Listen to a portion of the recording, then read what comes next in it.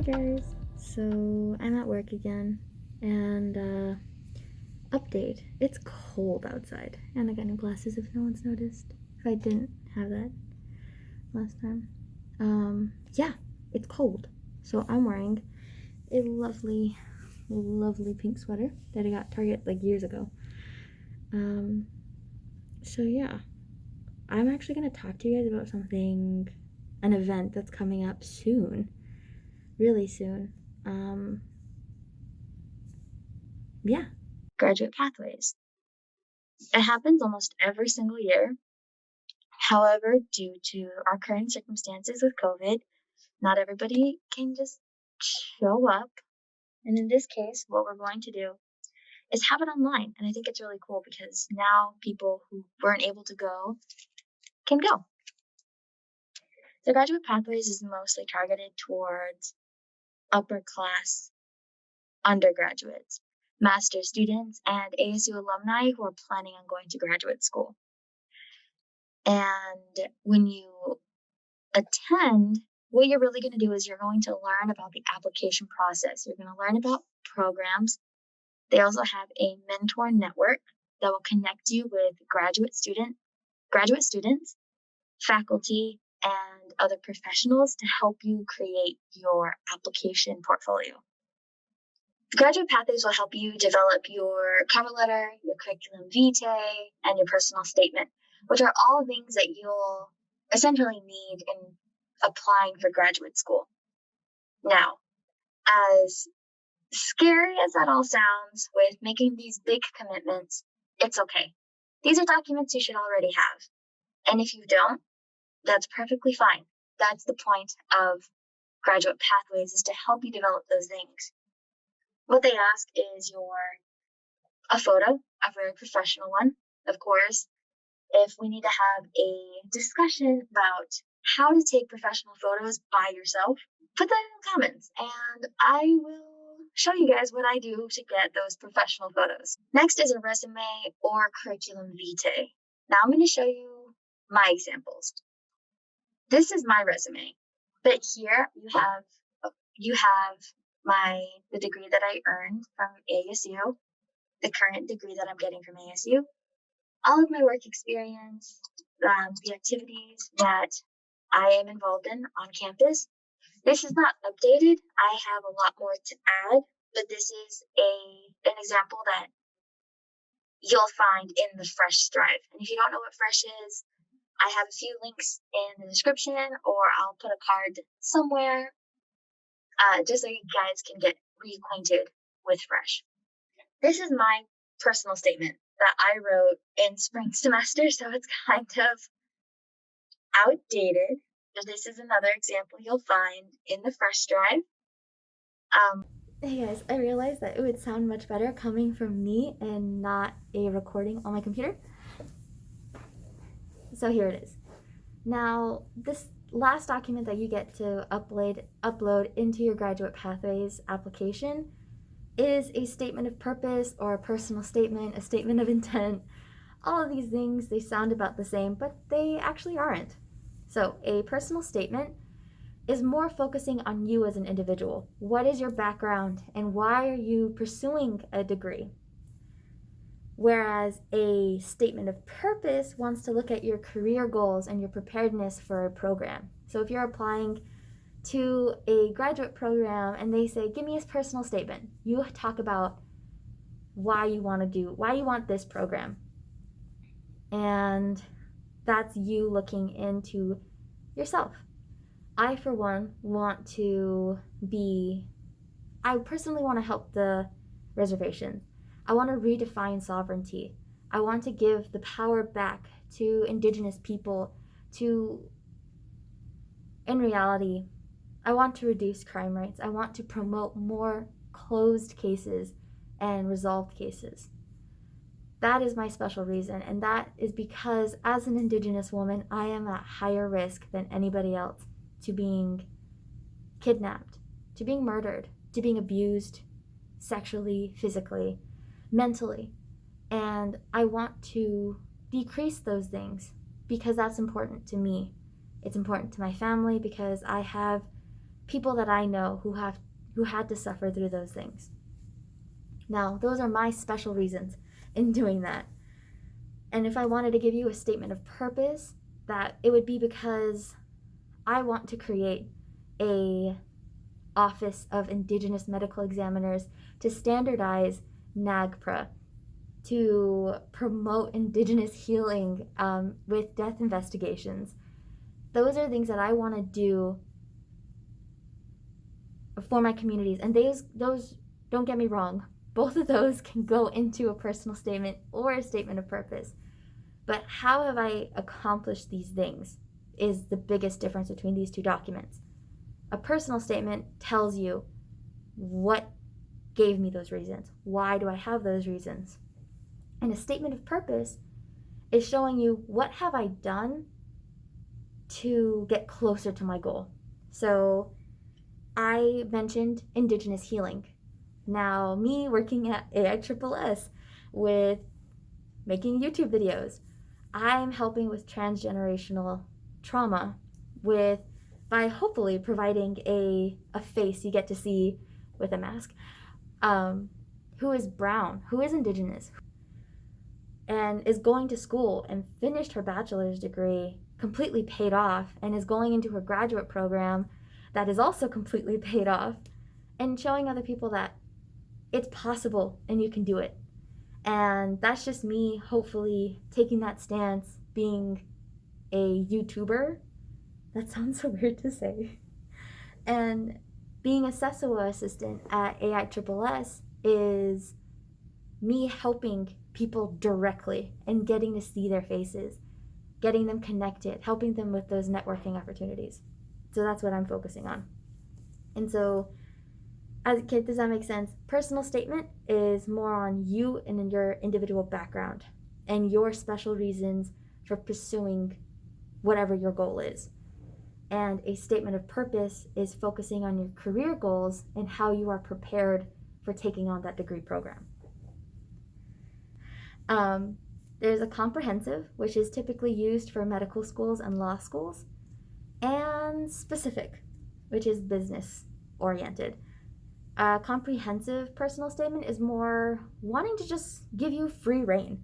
Tell me about yourself. Who are you? Who is this Indigenous student applying for this school? Versus, I'm giving you a prompt and I want you to answer the prompt. And that is actually what Graduate Pathways is going to focus on mostly, is you applying to focusing on a personal statement that's specific and answering the prompt. And we'll go back to looking at the Graduate Pathways application. So now looking at the prompt, it is explain why you are interested in pursuing graduate studies. Discuss the area of study you wish to specialize in, your future plans upon completion of graduate program, any special conditions that are not revealed elsewhere. And how you can plan for something like this is really just copy and paste. And I'll put this at the very, very bottom of my personal statement. And what I do is I bullet point a lot of things. So we'll start there. All right, so what you do next is you can outline what you want to talk about. Here you have these prompts, which makes it somewhat easier in that you don't have to have everything included in your personal statement. So answering the first question, explain why you are interested in pursuing graduate studies. For me, myself, I want to improve the Indigenous criminal justice system. Next is the area of study I want to specialize in is in medicine, with a focus in pathology. My future plans after finishing my graduate program is hopefully develop an office of Indigenous medical examiners. And the reason why I want to do this is because I want to standardize the Native American Graves Protection and Repatriation Act, establish criminal justice procedures and regulations, and promote Indigenous sovereignty in STEM in medical fields. And I have my own reasons why I think these would be beneficial to Indigenous communities. This is also my plan 5 years or 10 years after graduation. After I finish my graduate program, I want to work for the Navajo community in the Indian Health Services offices, just so that I can provide some help, as well as become a medical examiner of the Navajo Nation. Those are things that I want to accomplish after I finish my graduate program. Next is any special conditions that are not revealed elsewhere. And if we go back to our application, we included our resume and a photo of ourselves. So what else do we have to include? If you want, you can talk about whether you're a non-traditional student, first generation. You can talk about your tribal identity, any experiences that you faced attending college as an undergraduate, or whether you took a gap year. These are all things that you can include in your pursuing of a graduate program. And Graduate Pathways will actually forward all of this information to Dean Rowan, who will edit your resume and personal statement. And like I said, you don't have to make anything perfect. All of this is just to help you learn where you are, give you that benchmark, and help you improve your application when going to apply for graduate programs. If you have any other questions, you can always put it in the comments below. Other than that, the link to apply for Graduate Pathways is in the description below, as well as somewhere on the screen. Thank you guys, and I'll see you hopefully very soon. Hi guys. So this is editing Liz. I'm at home. I did a costume change and my hair looks crazy right now. I completely forgot to tell you guys about when this is all happening and what else are they going to talk about. What else are they going to talk about? So the first meeting for Graduate Pathways is November 2nd, and it's going to be 12 to 2 p.m., so 2 hours. And that's when they're going to introduce, that's when they're going to introduce Graduate Pathways. What is the program? Give me an overview. How do you apply and get into graduate school? So they're going to provide you provide you information on the process, resources that you have available, and give you some tips for your application. The second day is November 10th, again, 12 to 2 p.m.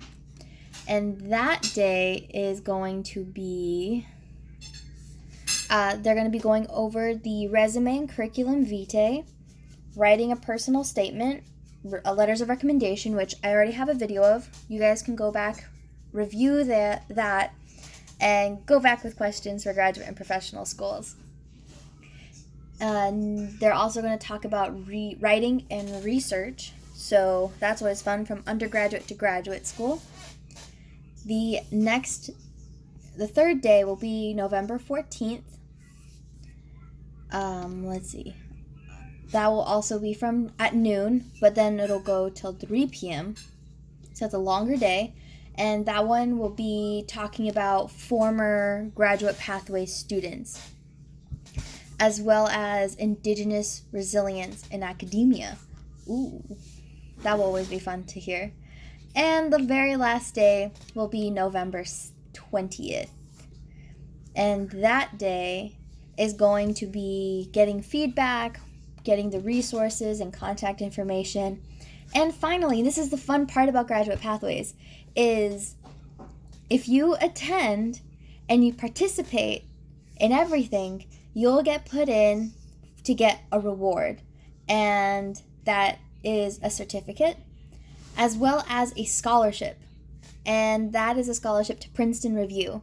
If you are planning on going to graduate school, and most schools require a graduate admission test, like the GRE, the LSAT, the MCAT, and Princeton Review is actually a really good program. I'm using their textbooks to study for the MCAT. And AISSS will be providing a Princeton Review scholarship for you to get textbooks, a class course, so that you can prepare for those exams on your own. There's also, again, the mentoring component. So you'll have those one-on-one meetings with them, get to ask those questions, and get those networking opportunities. Stop.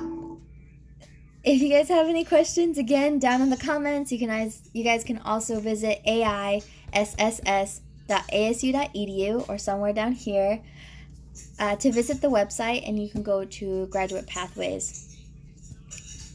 Yeah. Marcelo. Huh? Say hello. Hello. Scampy, say hello.